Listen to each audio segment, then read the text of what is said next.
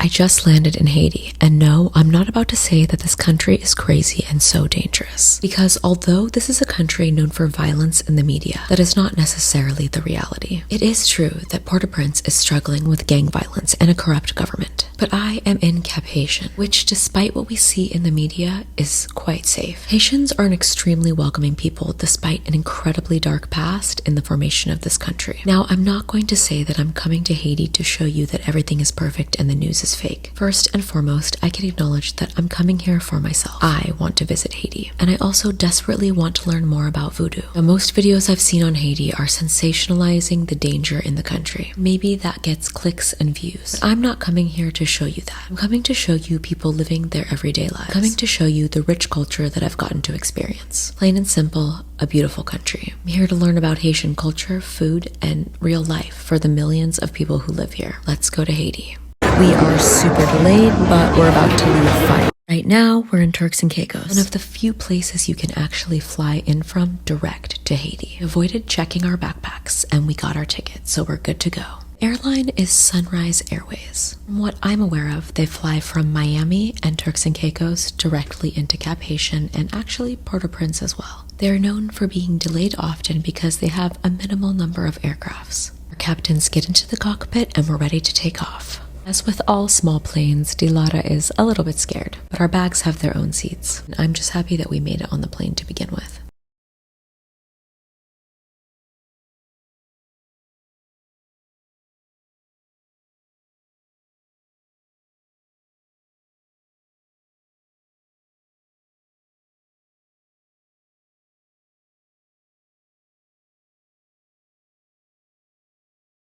Upon landing, they require 3 forms to be filled out, but we are stamped in immediately, no visa required for Turkish or American passports. We find a taxi and we head towards the car. Immediately, the intense smell of cheap gas fills my nose as we navigate the intense roads of Cap-Haitien. Traffic is intense here.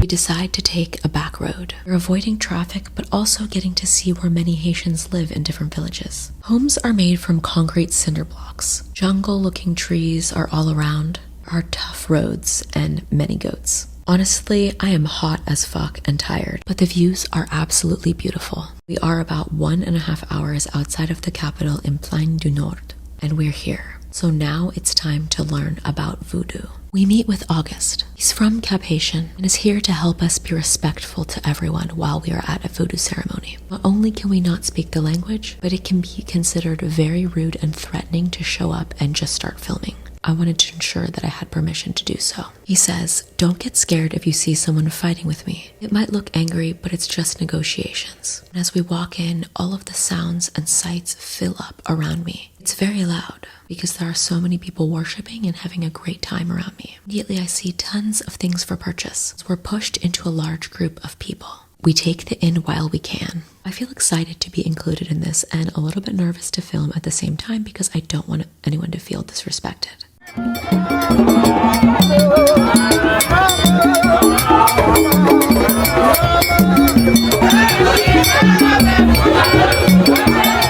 All of a sudden, we're each given a stick. I'm glad August is here because I have no idea what's going on. Do we say thank you? The stick dropped out from Dilara's bag. She is completely oblivious to what's going on. Okay, we got the memo. Basically, you tip in exchange for the stick and a blessing of some kind. As you can see, this is a celebration. There's energy in every aspect of every little thing that's going on that you see has a purpose. Now, where we're at right now is not just one of these groups of people singing on their own. There are tons of people all over this area, mainly because the river to my right is considered almost a holy river. People come from all over the world to bathe in this river and perform voodoo.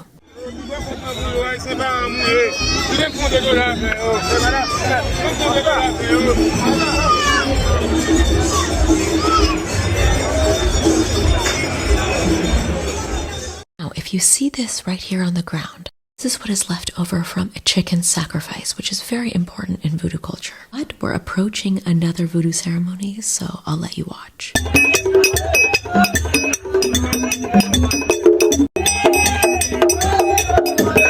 We are prepared this time. We have tips for the sticks.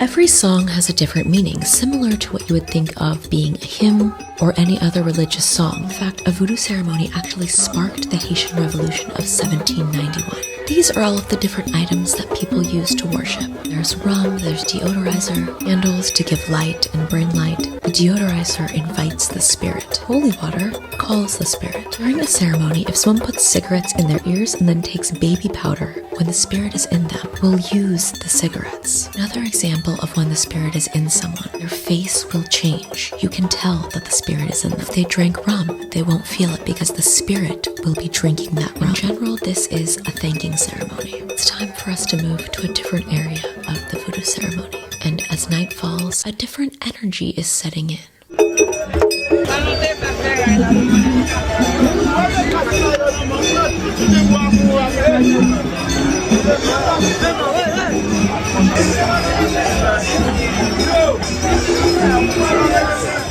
Again, we see the leftover remnants of a sacrifice. Sacrifice is extremely important in voodoo culture. It's not about violence or cruelty, but it's an offering to the spirits, also known as lua.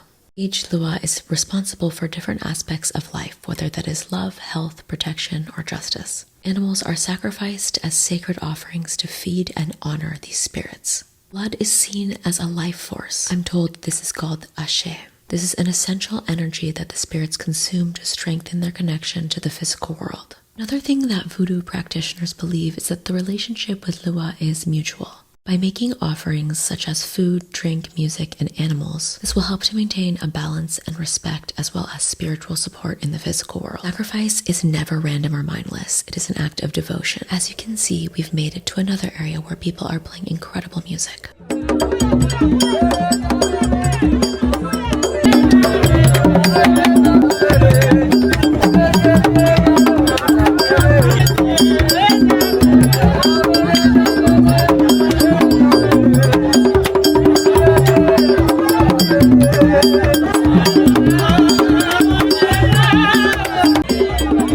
People have started to notice us a little bit here and started filming us with their flashes on, which we had no problem with, and we started talking to some people and we made some friends. This was the best part of the night and I stopped recording because I just wanted to live in the moment. As we're leaving, I noticed that there are a lot of cops out. This is generally just to keep people at peace and make sure that nothing rowdy happens. It was about an hour drive back, just chatting with August and learning more about voodoo. Now we have arrived back at our hotel for the first time today, I might add. It has been a long day, but wow, I've learned so much, and I am so excited to be here. Haiti is already blowing my mind and blowing my expectations out of the water. This is our hotel, Habitation de Laudre. Please excuse my French accent. This room is about $110 per night, very clean. This is what I'm eating for dinner. It's called akra. It is made from a starchy root vegetable and so tasty. See you in the morning.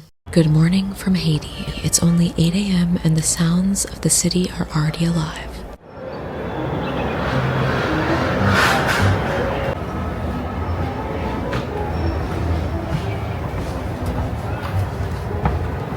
Day 2 in Haiti.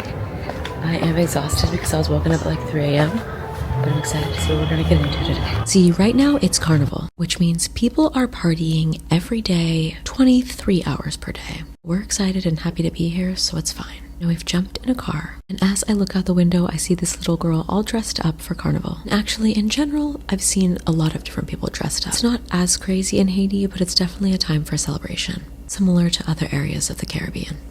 Starting the day off, we are getting some money finally. Good to have cash always. $1 is about 130 Haitian gourde. Now, a lot of Haitians will say that they feel slightly embarrassed by their trash problem in the country. And I want to address this because it is very obvious and apparent when you're driving through Cap-Haitien. Because the government has essentially been overrun by gangs, they are not taking care of the people the way that they should. And that means that they are not offering a trash pickup service. It's not something that you would necessarily think of when you think of essentials for a government to provide, but we are humans and trash is a very real part of being human. Without that pickup service, it can be extremely detrimental to society. Now we are headed out of the city to go to a monument.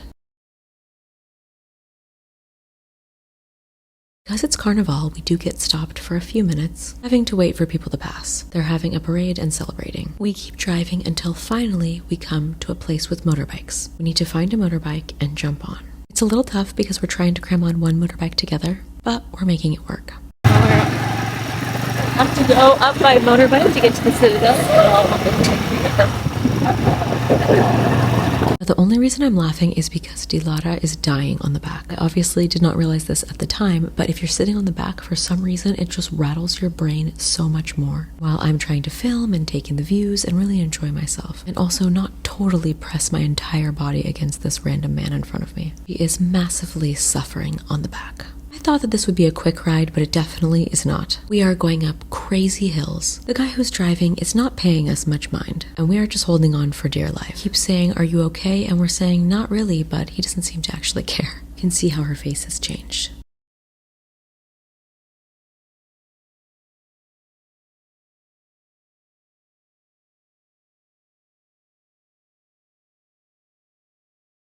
And at this point, she's literally falling off of the back and hanging on for dear life to me. I'm having a great time and I cannot stop laughing, but I feel bad at the same time. We have to take a horse up? In retrospect, we didn't actually have to take a horse up, and I kind of just fed into what they were saying to us. I really try not to ride horses in countries where I don't know exactly how the horse has been treated, and Dilara does not ride horses very often, so she was a little bit scared. But the horses do seem to be in good shape, and I did want to contribute to the economy of these men. Those are all my excuses, and we're riding the horse up, along with a lot of locals along the way. One thing to be aware of is that there are all these people who are playing music on your way up. And if you do plan to go here, please bring tips so that you can tip them on the way. And now we can see it in the distance, the Citadel sitting at the top. Oops. Don't worry, I stopped filming, but we stopped and we gave him a tip. It's a little bit crazy with the guys who are pushing the horses to go faster up the hill. And I wish I knew before that you should bring tips, but luckily we were able to pull some money out of our bag. Look who's right behind me. Final push, and we are at the top, and awaiting for us are snacks. Don't worry, the horses got to go free and eat lots of grass and drink some water too. This is juice. It is sugar and coconut. Oh, it's so good. It has spices too. After we fueled up, we walked in. These are all original cannonballs that have never been used. Alright, but I realize that I've given you no context. This is the La Ferrière Citadel.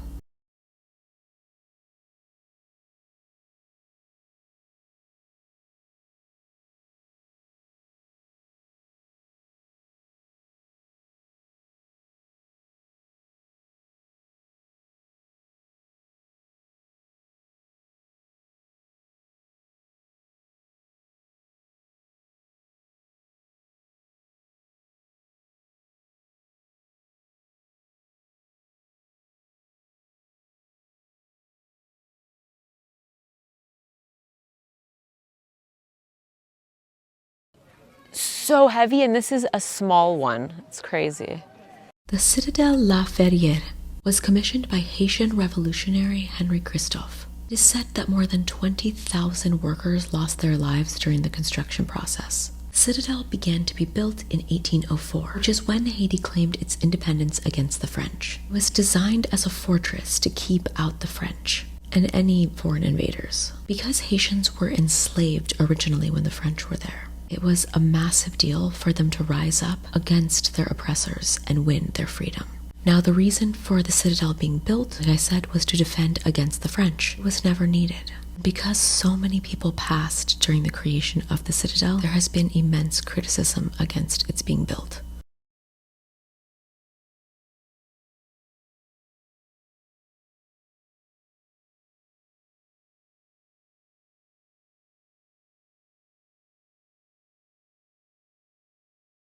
Although it is regarded as a landmark of Haiti, it is hard to forget the fact that many of the 20,000 people who perished might be buried underneath the Citadel. Another aspect of the building of the Citadel that has caused a lot of frustration is that it was built by forced labor. These were people who were previously enslaved by the French and then had to return to working and building the Citadel, only for many of them to lose their lives. Citadel is now a UNESCO World Heritage Site as defined in 1982.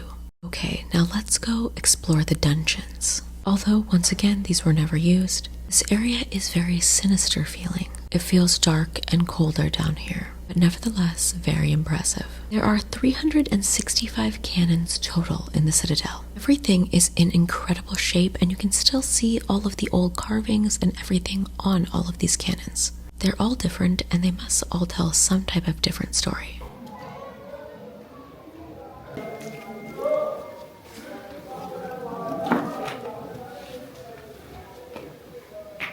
I'm assuming that this is where they stored the cannonballs. There's a lot of them in here. The walls of the fortress rise up 40 meters from the mountaintop, and the entire grounds covers 10,000 square meters. The large foundation stones were laid directly into the stone of the mountaintop, and the mortar was made of a peculiar mixture that included quicklime, molasses, and the blood of local cows and goats. They also used cow hooves that they cooked into a glue and added into the mortar. This has made it incredibly strong. There are large cisterns and storehouses that are designed to store enough food and water for 5,000 people for up to 1 year. There's also a palace for the king and his family. There's dungeons, bathing quarters, and bakery ovens. And aside from Christophe's tomb, his brother-in-law was also killed while working in the gunpowder room and is buried on site. You can see how many random angles there are, and these all have a purpose to deflect potential attacks. Overall, it's just an outstanding piece of artwork. Alright, now we realized that to get back down the mountain, we actually didn't have to take a horse. So we decided to give them a rest, and we took the bike down instead. Now, I believe Dilara now what she said about her back hurting, her entire face vibrating, because this ride was crazy and I had to stop filming. Finally, we made it down to the palace area. This is the Palais Sans-Souci. This is where Henry Christophe and his family actually lived. It is absolutely beautiful down here. Now, as I mentioned, this was built with forced labor, so you would think that people might turn against Christophe, the man who had commissioned for this to be built. While in 1820, Henry Christophe had a stroke, and then he eventually committed suicide. There is a legend that he did so with a silver bullet. He was quickly entombed, and is now in one of the Citadel's interior courtyards. Alright, well, we've walked around a lot, but now it's time to head out. There's definitely a lot of history here, and although it's pretty dark, I think the Citadel is still a symbol of Haiti's strength. We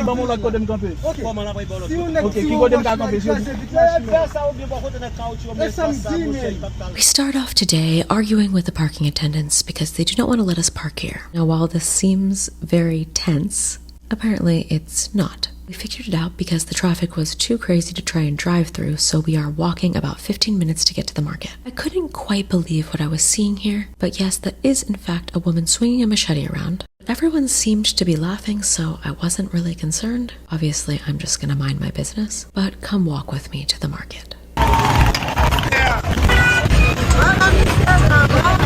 Now, I'm not gonna lie, this was definitely very intense. There's lots of people everywhere, it's very crowded, there's mud, it's dusty, there's trash burning literally everywhere. But yet, everyone is pretty calm, everyone's smiling, they're living their lives, and they're just existing. Which I think is something that we do not see in the media about Haiti. All we see on the media is chaos and gang violence. And I have not seen that once. I think the closest we've gotten to that is the woman with the machete.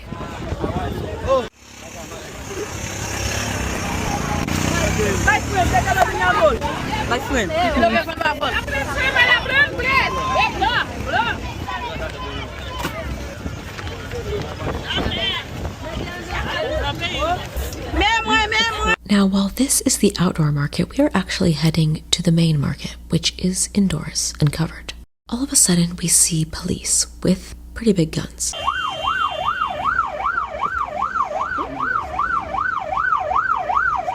Absolutely no idea what's going on, so we get out of there as soon as we can.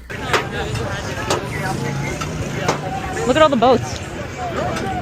Now you might look at this and see, wow, Haiti is in poverty. But Haiti's destabilization has deep roots in its history, primarily stemming from its colonial past. First under French rule, and then by other interventions from the United States. When Haiti was under French rule, it was called Saint-Domingue. It was one of the most profitable colonies in the world at the time. It's a very rich country, so they produced sugar, coffee, indigo, and they exploited enslaved Africans. The Haitian Revolution happened from 1791 to 1804. The enslaved African people led one of the most successful uprisings in the world. They were the first colony to defeat the French and establish the first free Black Republic in 1804. However, after this, the French demanded 150 million francs, which is equivalent to billions of dollars today. They wanted compensation for the loss of its colony and enslaved labor. For some reason, Haiti had to take on crippling loans from French banks in order to pay this. But this has led to a cycle of debt and economic stagnation that lasted over a century. Now, the US actually did not recognize Haiti's independence until 1862, mainly because they feared the spread of slave revolts in the United States. However, in 1915 to 1934, the US decided to come in and say that they wanted to stabilize the region. So the US occupied Haiti in 1915. During this time, the US controlled Haiti's finances, forced labor was reinstated for infrastructure projects, and any resistance was violently suppressed. Long-term effects of this caused political instability, dictatorships and further exploitation, and continued economic dependency. There are many structural adjustment programs and trade agreements with Western powers that have limited Haiti's economic sovereignty, and it's forced them to be reliant on foreign aid and imports. Now, I know that's a lot to take in, but we've made it to the market. And this is an incredibly important place in Haiti's history. Now you can find everything here, whether that's local produce and food, shoes as pictured here, handmade goods, clothing and textiles, anything you need for voodoo. The Marché de Fer, also known as the Iron Market, is one of the most vibrant and bustling marketplaces in the north of Haiti. Now, this market is not as old as some of the other historical landmarks in Haiti, but was established in the late 19th century. Other markets in Haiti were directly tied to the trade or sale of enslaved people. However, this market was not. This is the area where the voodoo items are sold. You might recognize some of these items from the voodoo ceremony. There are also lots of herbs and candles. I mean, truly anything you could ever want, you can probably find at this market. Finally, we've made it out of the interior area and we are walking outside, and you can see the iconic Marché sign up above. But now we're going to at least attempt to find some food. And my manifestation was answered. We found a coconut cart. I'm super excited for this.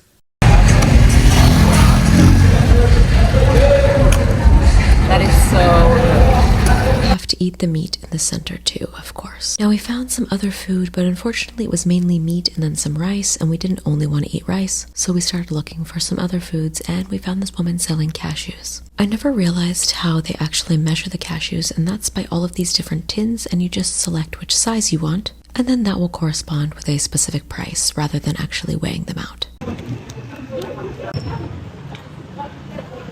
Okay, can you tell how hungry we are? We're not even talking at all, and we're just eating and arguing over the cashews, which were actually kind of expensive. Which brought us to our next search. Some type of fruit, and I saw these papaya and they looked pretty good and very juicy. After some discussions, we decided on this one.